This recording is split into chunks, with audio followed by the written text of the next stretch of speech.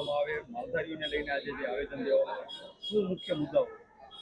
માલધારીઓને જે હેરાનગતિ અને કનગડત કરી દેવામાં આવે છે, જ્યારે માલનો પાસ હોય, સરપંચના દાખલા હોય, પરમિટ હોય, તેમ છતાં પણ આ માલોને ખોટી રીતે કનગડત કરી અને અત્યારે જે થોડાક દિવસો અગાઉ જ્યારે આડેસર ચેકપોસ્ટ મધ્યે જે બનાવ બન્યા તે માટે આજ જનાક્રોશ રેલી સ્વરૂપે માલધારીઓ કલેક્ટર કચેરીએ જમા થયા અને કલેક્ટર સાહેબને પણ અમે એ માંગણી કરી કે કચ્છમાં બીજા નંબરનો ઉદ્યોગ હોય તો માલધારીઓનો છે. જો જનતા પાસે સવારના જો પોતાનું અહીં જનતા પાસે દૂધ પણ પહોંચી રહ્યું છે તો આ માલધારી ભાઈઓ થકી પહોંચી રહ્યું છે. એટલે આપણે આ આશીર્વાદ રૂપ છે કચ્છમાં માલધારીઓ, અને એ લોકોને જો ખોટી રીતે કનગડત અને હેરાનગતિ કરવામાં આવી રહી હોય તો એ કોઈ પણ ભોગે સહન થઈ શકે એમ નથી કે કચ્છમાં તમામ વર્ગના લોકો, ચાહે ગઢવી સમાજના હોય, રબારી સમાજના હોય, મુસ્લિમ સમાજના હોય, આ તમામ સમાજના લોકો આ ધંધા સાથે કે આ ઘેટા બકરા ઉછેર ને માલધારી સાથે સંકળાયેલા છે. તો આપણને એ લોકો બધાની ભાવનાઓનું એ લોકોને જે કનગડત અને હેરાનગતિ થઈ રહી છે, હેરાનગતિ ન થાય